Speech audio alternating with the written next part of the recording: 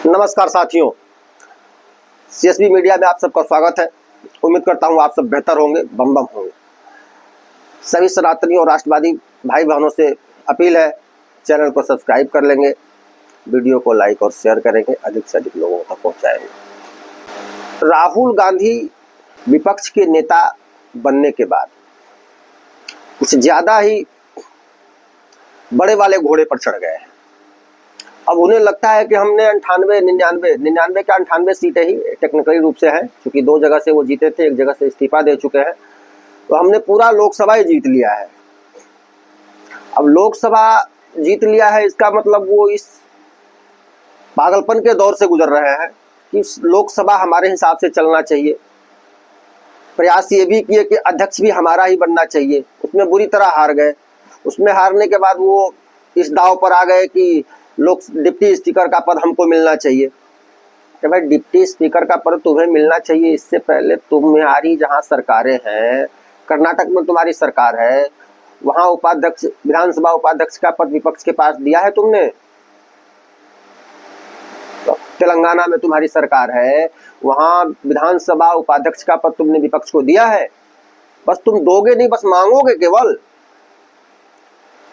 देना तुम्हें कुछ नहीं है, बस तुम्हें सिर्फ लेना है, बस हमको चाहिए। काहे से? हम नेहरू के अंडे बच्चे हैं इसलिए।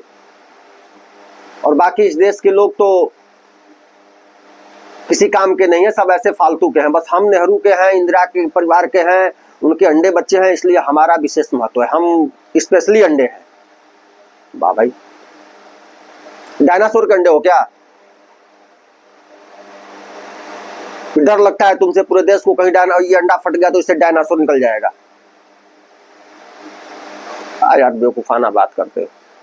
लोकसभा में नेता प्रतिपक्ष बने हो, उसकी कुछ मर्यादाएं हैं, ठीक है, तुम्हारा अधिकार है कुछ, लेकिन एक मर्यादा के साथ अधिकार है।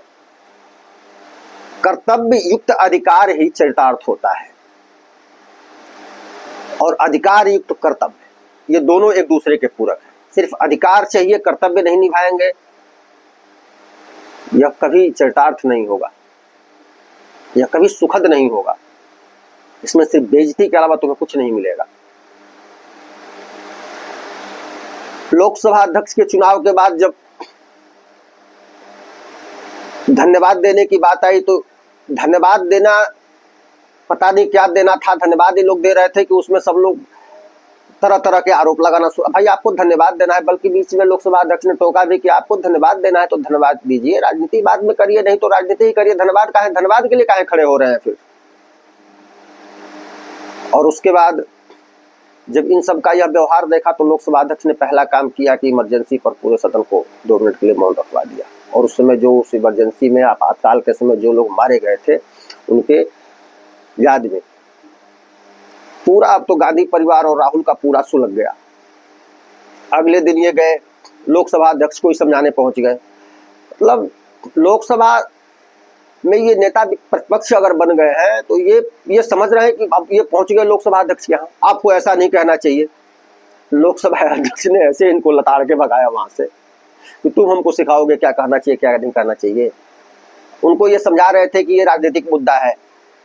अच्छा, मतलब लोकसभा अध्यक्ष को ये समझा रहे थे, और इमरजेंसी राजनीतिक मुद्दा है, मतलब इंदिरा ने इमरजेंसी लगाया नहीं था, ऐसे ही लोग कहते हैं। वाह, अरे मूर्ख, इमरजेंसी इस देश का ऐतिहासिक मुद्दा है, और इससे हर भारत के बच्चे बच्चे को जानना चाहिए। यह जानना जरूरी है कि इमरजेंसी में क्या हुआ था, और यह कांग्रेस का कितना बड़ा पाप है। तुम इस पाप से, यह कहने से पीछा छूट जाएगा तुम्हारा। अपना चरित्र बस सुधारो। इसी बीच ये सब बातें तो हो ही रही है, नौटंकी राहुल गांधी के चालू है, और लोकसभा में विपक्ष के नेता बन गए हैं, तब तो और ज्यादा बड़े वाले घोड़े पर हो गए हैं। तो ये बड़ी नौटंकी करेंगे और सदन में मजा आएगा पूरा। और लोकसभा अध्यक्ष ने भी मूड बना लिया है कि इन लोगों को कैसे समझाना है और कैसे ये समझेंगे, क्योंकि पहले दिन से ही उनका तेवर ये समझ में आ रहा है। जिस तरह से उन्होंने शशि थरूर को लताड़ा और डांटा, यह दिखाता है कि इस बार लोकसभा अध्यक्ष बहुत ज्यादा इन लोगों के सुनने की मूड में नहीं है। अनाप शनाप ये अगर लोकसभा के नॉर्म्स जो है, उसके जो नियम है, उसके अनुसार नहीं चले तो इनको लताड़ लगेगी और कार्रवाई भी होगी, यह दिख रहा है। दूसरा, दीपेंद्र हुड्डा को भी लोकसभा अध्यक्ष ने बड़ी जोरदार तरीके से डांटा है। और राहुल गांधी को तो जैसे लताड़ा कि अब वो बहुत बड़ी वाली बेइज्जती है। इसी बीच एक जो खबर आ रही है, खबर यह है कि लग रहा है कि भाजपा में कुछ करंट आ रहा है। लोकसभा चुनाव में सीटें कम आने के बाद भाजपा में कुछ करंट आ रहा है। अब करंट आ रहा है कि एक एडवोकेट है विभोर आनंद, उन्होंने एक पिटीशन फाइल किया है जो 124B के तहत जनप्रतिनिधि कानून से जुड़ा हुआ सेक्शन है, जिसमें प्रलोभन देकर चुनाव जीतना करप्ट प्रैक्टिसेस के अंदर आता है। अब वो जो करप्ट प्रैक्टिसेज है, करप्ट प्रैक्टिसेज का मतलब कि आपने कोई प्रलोभन देकर अगर चुनाव जीता है तो इस सेक्शन के तहत आप अयोग्य घोषित हो सकते हैं और राष्ट्रपति आपको अयोग्य घोषित कर सकते हैं। अब इसमें करप्ट प्रैक्टिसेज क्या है? ये जो 8,000 साढ़े 8,000 रुपया देने की बात कह रहे थे ये लोग, और बजाबता ये लोग बॉन्ड भरवा के, गारंटी कार्ड भरवा के ये लोग दिए हैं कि हम जीत जाएंगे तो 8,500 रुपया खटाखट तुम्हारे खाते में आएंगे। जनता ने तो वोट दे दिया, अब वो 8,500 आ नहीं रहे हैं। बीच में कुछ जगह तो ऐसे भी देखने को, यहाँ इस तरह के भी वाकया देखने को मिले जब बहुत सारे लोग वो गारंटी कार्ड लेकर के कांग्रेस के दफ्तर पहुंच गए कि भाई हमको 8,500 रुपया महीना वाला कब से शुरू होगा। अब इनके हाथ पांव फूल गई, हम अब इनको क्या जवाब दें, अब क्या कहें, उनको किसी तरह समझा के सब हटाए। तो आनंद विभोर ने जो पिटीशन फाइल किया है, पहले तो ये मुझे भी लग रहा था हल्के में, लेकिन अब लग रहा है कि इसमें कुछ दम है, क्योंकि इस पर राष्ट्रपति कानूनी सलाह लेंगी और कानूनी सलाह लेने के बाद इसको चुनाव आयोग के भेजेंगे। चुनाव आयोग इस पर अपना मत देगा। उसके बाद अगर यह करप्ट प्रैक्टिसेज के अंदर ये मामला आया तो कांग्रेस के एमपी अयोग्य घोषित हो सकते हैं। देखिए होता है क्या, क्योंकि भाजपा कभी कभी ऐसा भी करती है कि जो होने लायक होता है उसको भी नहीं कर पाती है या नहीं करती है। लेकिन उम्मीद रखते हैं कि अब भाजपा में कुछ करंट आ रहा है और भाजपा को अब समझ जाना चाहिए कि इस तरह के मामलों में पूर्णतः कार्रवाई करना चाहिए। यह सोचना नहीं है कि ये हो जाएगा तो लोग ये कहेंगे वो कहेंगे। अगर आपने गलत किया है तो आप पर कार्रवाई होनी चाहिए, चाहे आप गांधी परिवार हो, चाहे आप फलाना परिवार हो, चाहे ढिमका परिवार हो, चाहे कांग्रेस पार्टी हो, चाहे कोई भी हो। तो ये उम्मीद की जाती है कि भाजपा इसको परिणति तक पहुंचाएगी। अगर परिणति तक नहीं पहुंचाएगी तो इसको बहुत नुकसान होगा, और परिणाम जो भी हो उसका रिजल्ट जो भी आए, लेकिन इसको बजाबता गहराई से देखना चाहिए कि यह रियल में करप्ट प्रैक्टिसेस का मामला बनता है कि नहीं, और अगर बनता है तो इस पर कार्रवाई भी होनी चाहिए, ऐसी अपेक्षा हम रखते हैं। साथ ही जिस तरह से फेक न्यूज का नैरेटिव और गलत खबरें और भ्रामक खबरें फैला कर वोट लिया गया, उसके बाद भी अब शुरू किया गया है अनाप शनाप खबरें फैलाने का जो नैरेटिव है, जो नेक्सस चल रहा है, इस पर सिर्फ वो हो क्या रहा है कि वो खबरें फैला दे रहे हैं और भाजपा उस पर आके सफाई दे रही है, इनके प्रवक्ता आके उस पर सफाई देते हैं। इससे काम नहीं चलेगा। वो फैलाते रहेंगे और आप सफाई देते रहेंगे, उनका फैलाना तो बहुत लोगों के पास पहुंच जा रहा है, आपकी सफाई कितने लोगों तक पहुंच रही है। कुछ कानूनी रूप से इन पर कार्रवाई करिए, तब ये फेक न्यूज और ये नैरेटिव और देश विरोधी और देश में जो भ्रम फैलाने का जो नेक्सस चल रहा है, तब ये टूटेगा। अगर आप इस पर कार्रवाई नहीं करते हैं तो बहुत ज़्यादा आपका तो नुकसान होगा ही, इस देश का भी नुकसान होगा। क्योंकि भ्रम और फेक फैला करके जो लोग आगे बढ़ेंगे, जो लोग वोट पाएंगे, वो किस नीयत से ऐसा कर रहे हैं, किस लिए वोट चाहते हैं, किस लिए सत्ता चाहते हैं, यह पूरा देश जानता है। और इसमें सबसे बड़ा नुकसान राष्ट्रवाद के आधार पर वोट देने वाले लोगों का होगा, क्योंकि वह सिर्फ राष्ट्र का हित देख करके वोट दे रहे हैं। उन्हें किसी चीज से लालच नहीं है, वह किसी अनुदान के लालची नहीं है। उनके लिए राष्ट्र प्रथम है, तब वो वोट दे रहे हैं राष्ट्रवाद को। इसको समझना होगा। दूसरा एक और तगड़ा मामला हुआ है। यूएस को तगड़ा वाला लताड़ लगा है भारत से। एंटनी ब्लिंकन को तो आप जानते ही हैं, वो लेफ्टिस्ट है, उनका जो वहां पहचान है लेफ्टिस्ट है, वामपंथी है और घोर रेडिकल है। वहां एक संस्था है, अमेरिका में एक संस्था है USCIRF, United state commission for international religious freedom. वह संस्था हर साल रिपोर्ट जारी करती है। एक चीज और जान लीजिए कि इस संस्था की एंट्री यूपीए सरकार से भारत में बैन है। मतलब यूपीए सरकार ने भारत में इनकी एंट्री बैन लगा दिया था। और इसमें है कौन कौन लोग? मुल्ले हैं, मौलवी है, पादरी हैं, इसी टाइप के लोग हैं। इसमें कोई हिंदू साधु संत नहीं है या हिंदू जनमानस या सनातनी विचार का कोई आदमी नहीं है। और ये लोग करते क्या है कि भारत के मामलों में हर साल रिपोर्ट जारी करते हैं।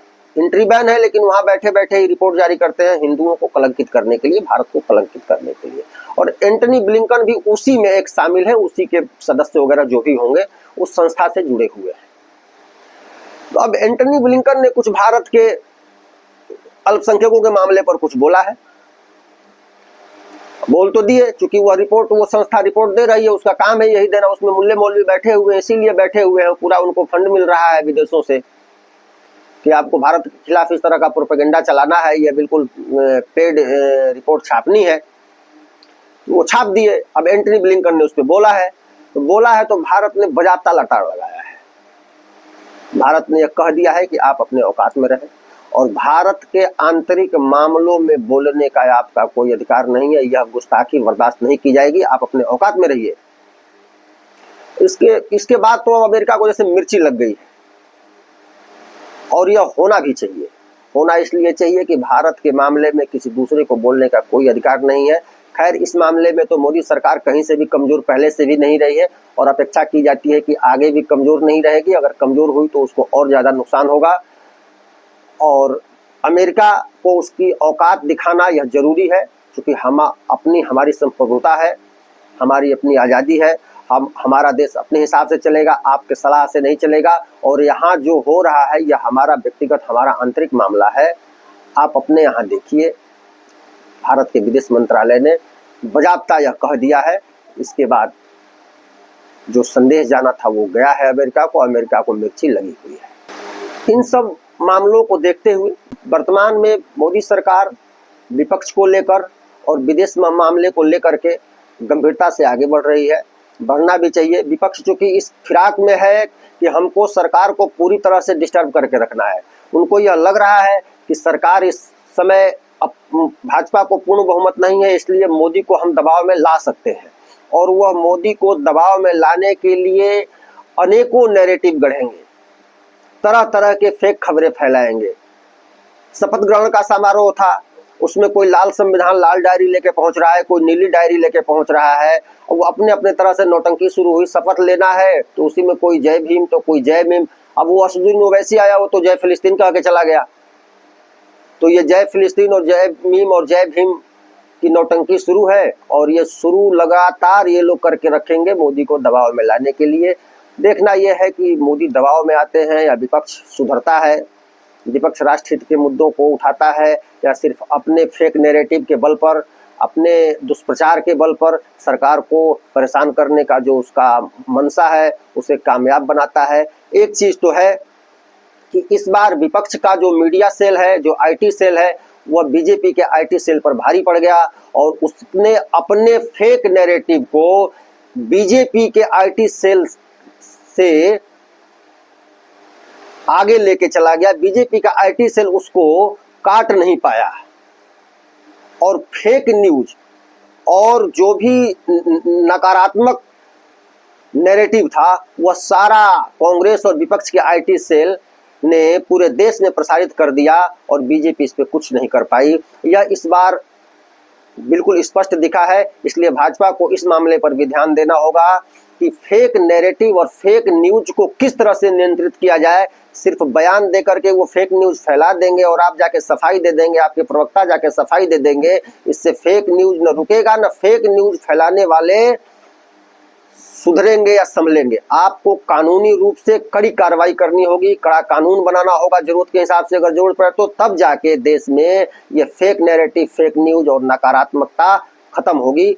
और अगर इस पर आप ध्यान नहीं देती है सरकार तो आगे भविष्य में सरकार को और ज्यादा नुकसान होगा। इस अंक में बस इतना ही। जय हिंद, वंदे मातरम, नमस्कार।